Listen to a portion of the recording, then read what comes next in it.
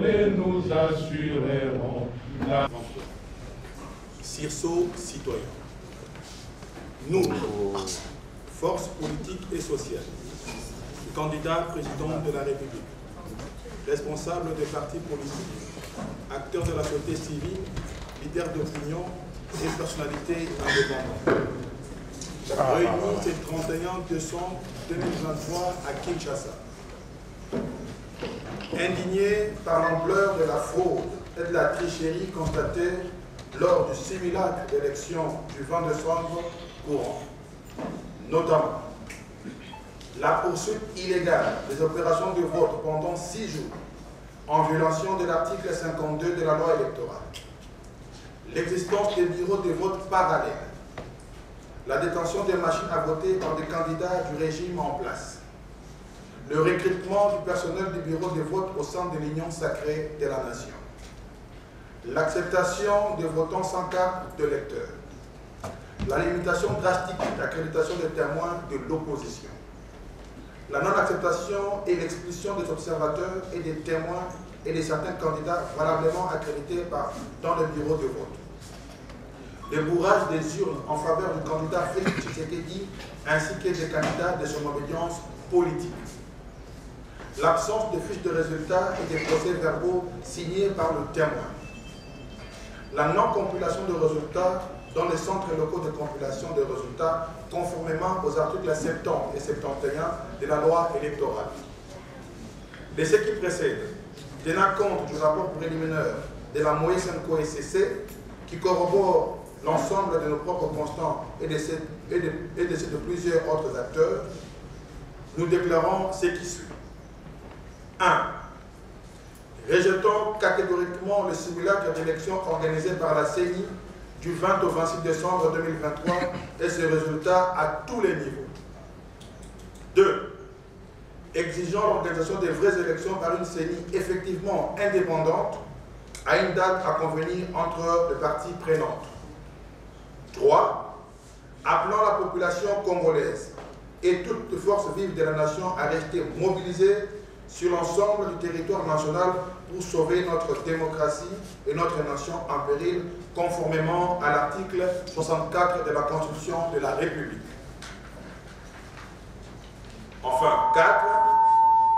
Demandons à notre peuple, dès la proclamation de la fraude électorale ce soir, de protester massivement dans la rue contre les Miyibi, les Bivi, Bamouizi, Bamiyibi, les voleurs de nos voix. Faites à Kinshasa le signateur pour les candidats présidents. M. Floribert Isilokeshi Anzoloni, M. Diogo Chanka Franck, Fayulu Madidi Martin, Katumbi Chapwe Moïse, Kikuni Masudi 7, Matatamponyo Mapon, Mukwege Mkirenga Denis, Ngoi Théodore, Sesanga Ipum Denis. Pour les responsables des partis politiques, Jean-Claude Vwemba. Pour les acteurs de la société civile, M. Silva Serge, Martin Milolo, Lalo Jean Bosco, Bambi Jeff. Pour les leaders d'opinion, M. Amouri Mouchaba Benjamin, M. Bokomi Bolapa Mino, M. Jacques Foutou Jacques, Isongo Foutou Jacques, M. Kabeya Mikishi Palmer, M. Mambokuta Emmanuel, Matumo Bienvenue, Moïndo Stewar, Okonda Kersan, Madame Kalonji Tchala, enfin M. Chikonde Louise. Je vous remercie. La passation de marché. Les cartes d'électeurs, vous avez vu comment elles étaient. Quand ils ont déjà fait la répartition, ce qu'ils ont appelé la répartition des quotas, ils avaient déjà estimé l'estimation des électeurs attendus province par province. La répartition des kits, je prends par exemple dans la province du Kasaï central, où il y avait, d'après les statistiques, 3 millions quelques mille habitants. On a dispatché 1400 kits pour enrôler les électeurs. Dans la province de Nord Kivu, 8 400 000 habitants. On a dispatché 1600 kits, 200 de plus par rapport au Kasaï. On a déjà, et dans cette salle, j'ai fait la démonstration pour dire que c'était l'opérationnalisation de la fraude préparée par M. Kadima et la CENI. Donc, de bout en bout, nous sommes arrivés plus loin pour l'audit du fichier électoral. On n'a pas fait l'audit du fichier électoral. Vous en conviendrez avec moi. Et la preuve, c'est que le jour de l'élection, beaucoup de gens n'ont pas retrouvé leur nom sur les listes qui étaient affichées.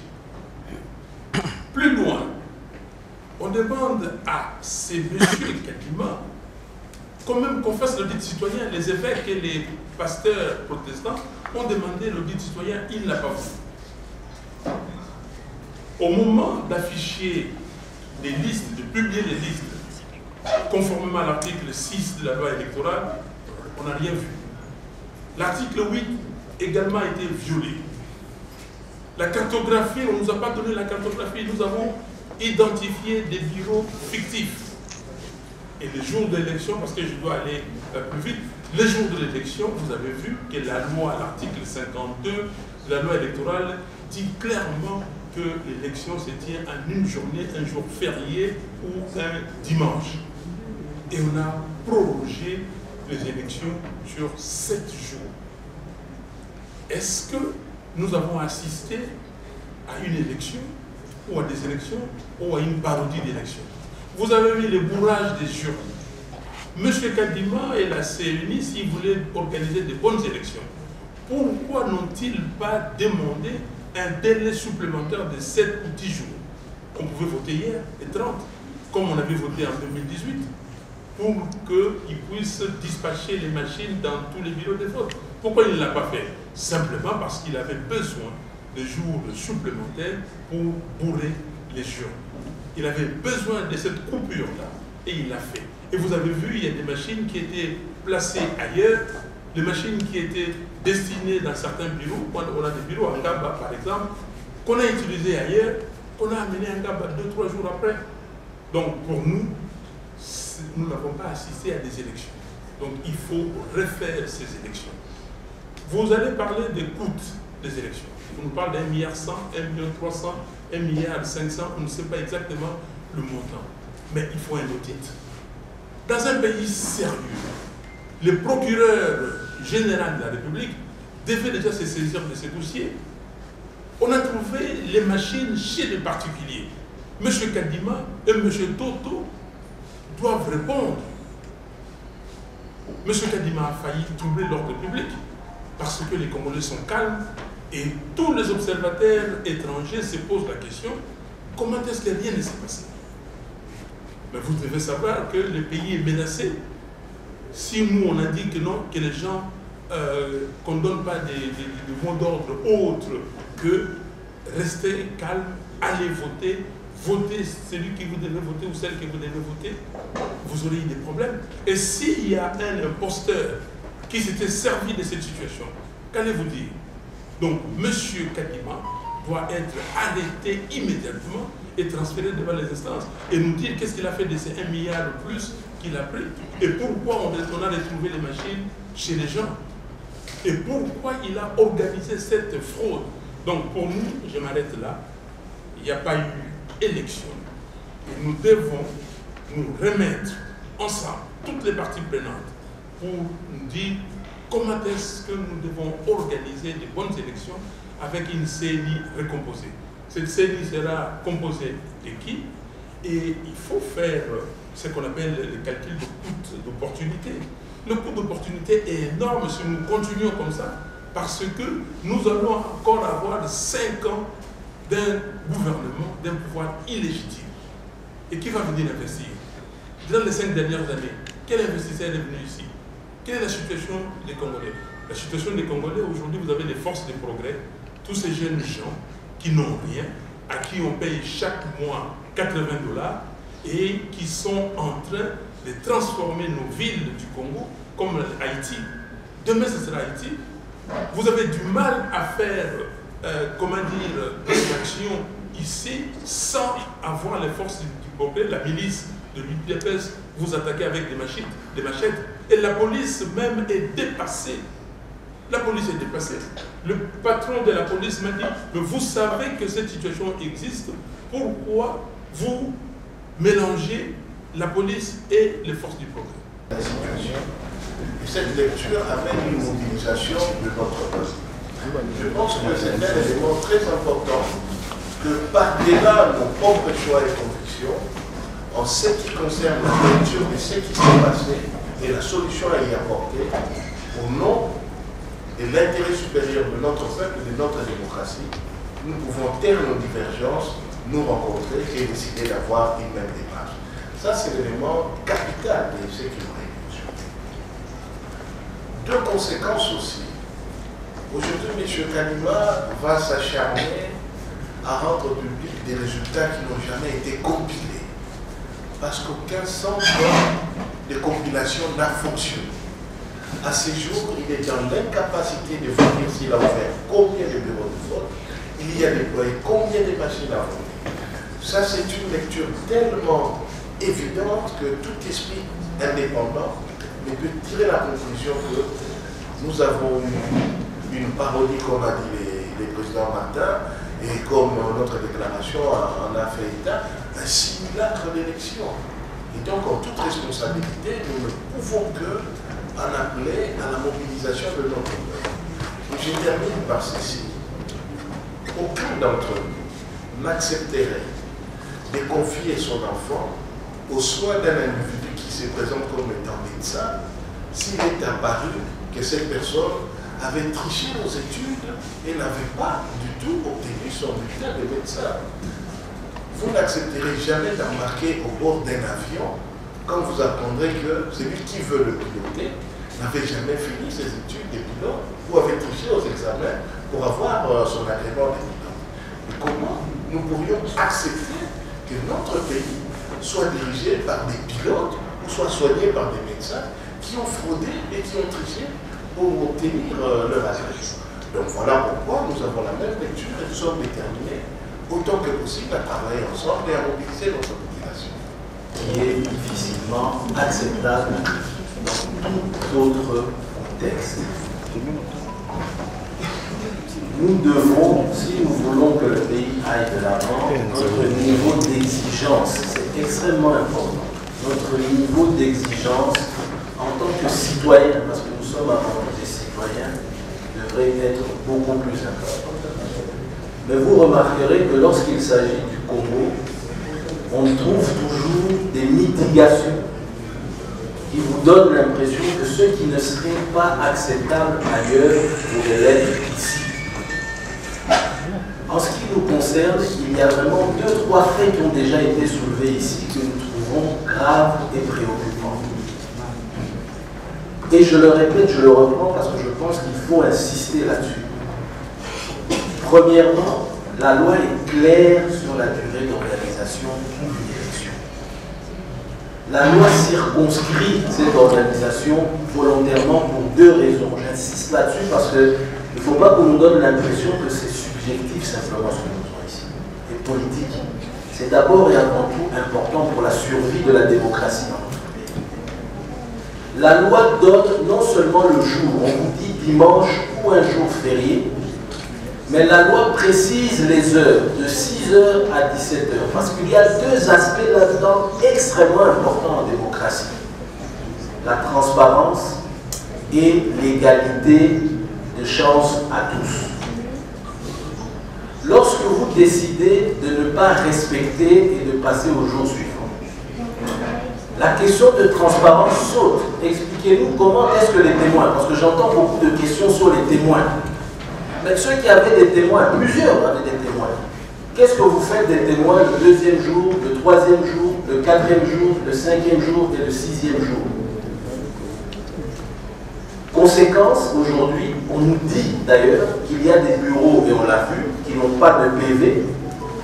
Et autre conséquence aujourd'hui, on nous apprend hier, chose très grave, qu'il n'y a pas eu de compilation. Au-delà de nos côtés partisans, moi je nous appelle, nous, à une question de citoyenneté. C'est très important. Nous sommes, comme vous le savez, nous venons d'entrer en politique. C'est une question de survie d'une nation. comment pouvons-nous accepter ce genre de choses et simplifier en disant il y en a un qui a gagné et les autres ont perdu? On viole le jour. On a 6 jours d'élection, on nous dit c'est pour permettre à tout le monde de voter. On fait sauter donc la question de transparence. La comptabilisation manuelle a été intégrée pour justement à élargir cette transparence. On nous dit pour aller plus rapidement, on ne prend que la comptabilisation des machines. Mais nous savons tous qu'il y a eu des machines en circulation dont le nombre est inconnu. Tout le monde le sait, tout le monde le dit, y compris l'organisateur des élections. Mais les résultats qu'on nous publie sont des résultats de la machine.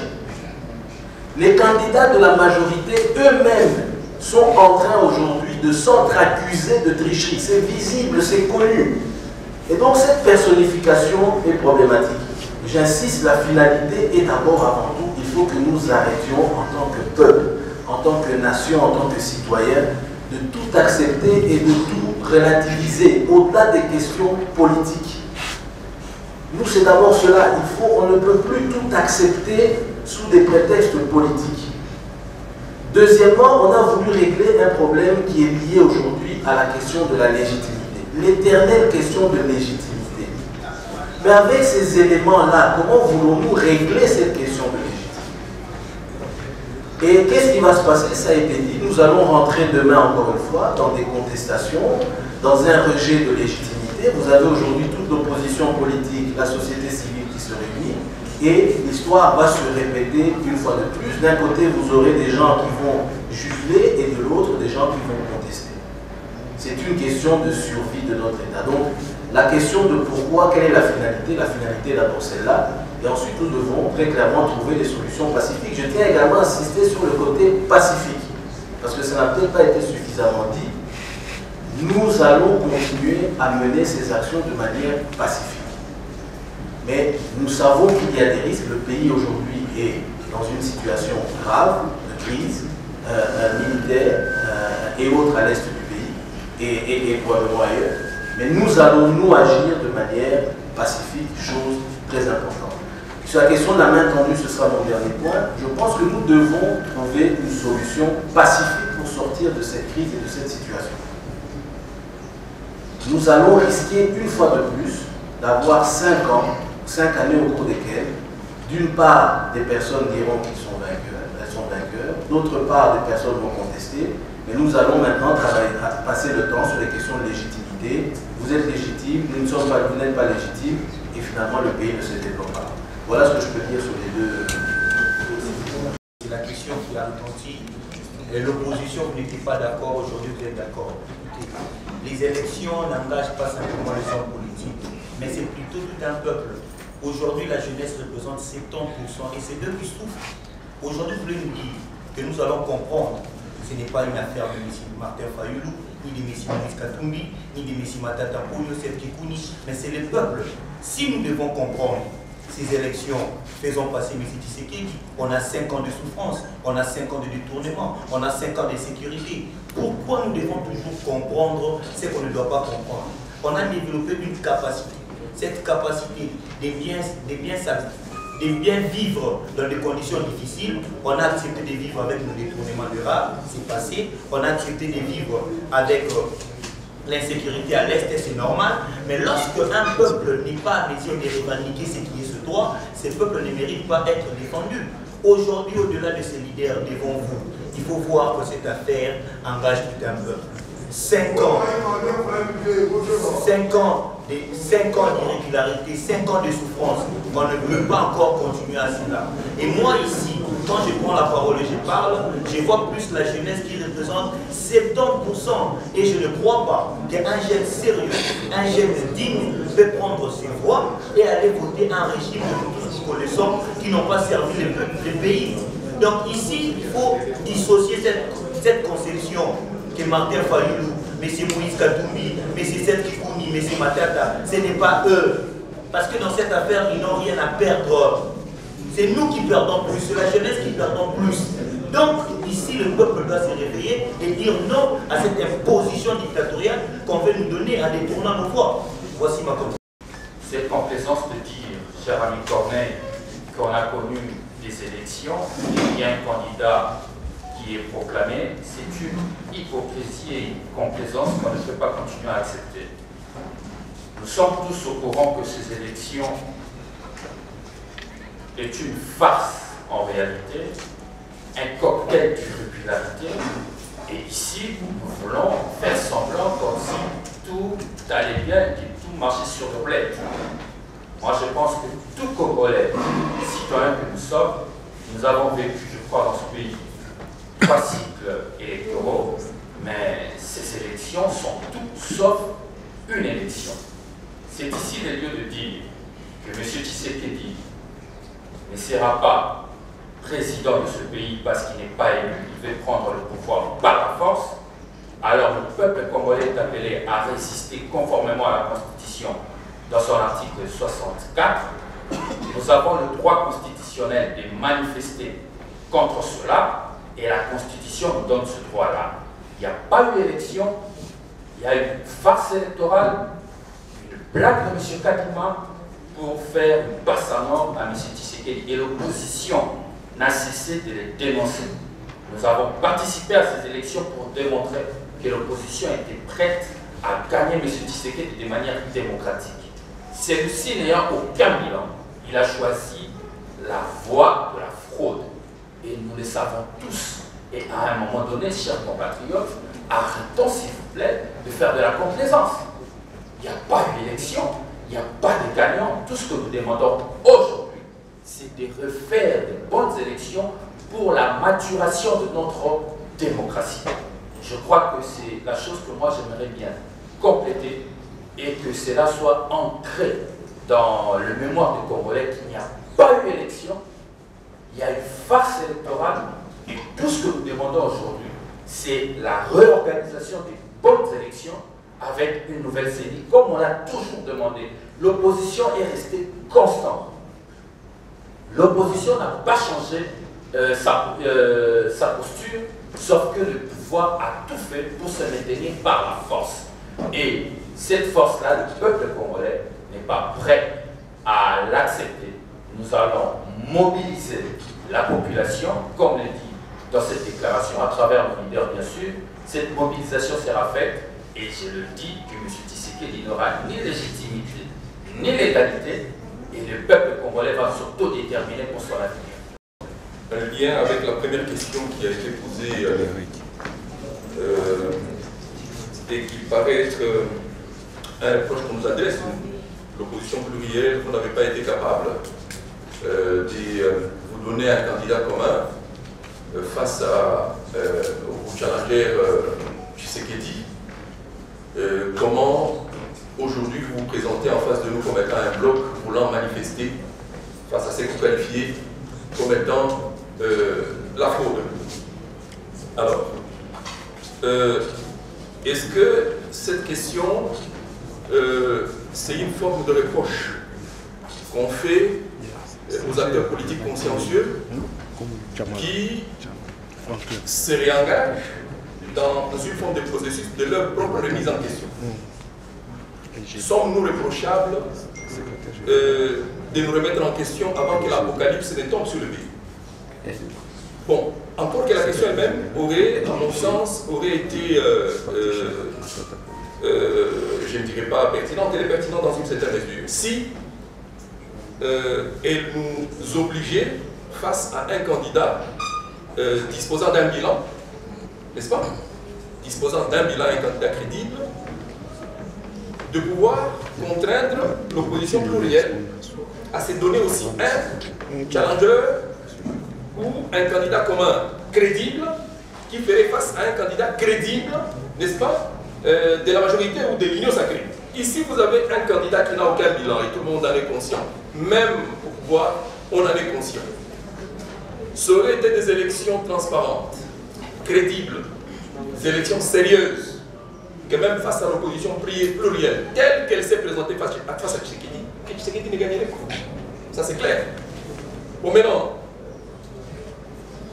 même alors, la présentation des candidats pluriels par l'opposition, aurait été considéré par Tshisekedi comme étant en fait un facteur avantageux pour lui. Mais qu'est-ce qui explique que même face à cet avantage mathématique qu'il dispose, il se soit senti obligé de recourir à un dispositif de fraude assez lourd? Ça dit qu'il y a un problème quelque part. Donc monsieur, même face à l'opposition plurielle, s'est senti obligé de recourir à la fraude parce qu'il n'était pas à mesure d'engranger les suffrages qu'il lui faut. Et donc, on ne peut pas nous reprocher aujourd'hui, face à ces évidences-là, de pouvoir aujourd'hui nous resserrer les coudes pour dire nous avons commis peut-être des erreurs dans le passé, remettons-nous en question pour la suite avant que l'apocalypse ne tombe. Saisir la Cour constitutionnelle. On ne peut pas saisir la Cour constitutionnelle parce que cette Cour n'est pas indépendante. Vous avez suivi le président de cette Cour qui congratulait M. Kadima et la CENI. Donc on ne peut pas saisir la Cour constitutionnelle. Deuxièmement, c'est bon. Ah oui. Deuxièmement, nous avons essayé, nous avons saisi la Cour parce que la Cour pouvait décider ex ante. C'est-à-dire, avant, c'était voir est-ce que ce que la CENI faisait, c'était régulier, la régularité du processus. Et la Cour nous a dégoûtés, donc on ne peut pas saisir cette Cour, elle est au service de M. Tshisekedi. Mais je vais lancer un message à la communauté internationale. Si un pays étranger, aujourd'hui, considère que ces élections étaient des élections, c'est qu'il y a un problème. Ou on ne respecte pas le peuple congolais, ou bien il y a un sérieux problème de conception de la démocratie. Comment voulez-vous que vous avez un code électoral qui définit tout et vous violez ces codes? Prenons les articles 70 et 71, ou à partir de 69, de la proclamation des résultats. Mais on dit bien qu'avant de proclamer les résultats, il faut amener les plis au centre local de compilation des résultats. Et dans ces centres-là, il y a aussi des témoins des candidats. Et après avoir compilé, les centres envoient à la CENI et la CENI proclame les résultats provisoires à partir de ces résultats compilés dans ces centres. On ne l'a pas eu. Et comment quelqu'un peut justifier que ces résultats-là soient valables? Cela veut dire pour le Congo, on ferme les yeux, on dit que non, les Congos ne comptent pas dans l'agenda du monde. Nous avons le problème de l'Ukraine, nous avons le problème d'Israël et de la Palestine à régler, nous avons tant d'autres problèmes. Et vous, écoutez, continuez dans la jungle, continuez dans l'illégitimité. Et ça serait un manque de respect au peuple congolais. Cela veut dire que nous ne faisons pas partie des Nations Unies. C'est comme on nous traite. Les FDLR sont là. Au lieu de régler le problème des FDLR, non, le Rwanda est un petit pays. On prend fait de cause pour le Rwanda et non pour le Congo. Non, cela suffit. Et ça suffit. Et c'est pour cela que nous disons au peuple congolais, il n'y a personne qui peut porter votre destin. Il n'y a personne qui peut changer les choses chez vous, chez nous, c'est nous-mêmes. Donc, dès qu'on publie les résultats, chers amis, ce ne sont pas les résultats des élections, c'est un mascarade. Il ne faut pas accepter cela. Vous dites la main tendue. Quelle main tendue? La main tendue, c'est refaire les élections, nous retrouver autour d'une table. Comment est-ce que nous pouvons articuler cette période entre maintenant et comment dire, les élections organisées?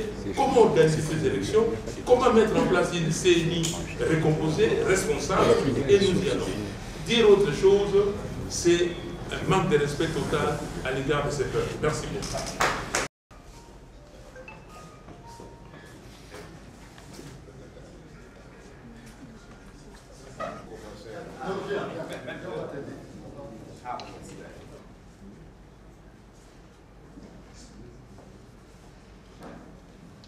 Je tiens à préciser que la signature électronique personnelle du président Katoumi n'intervient pas.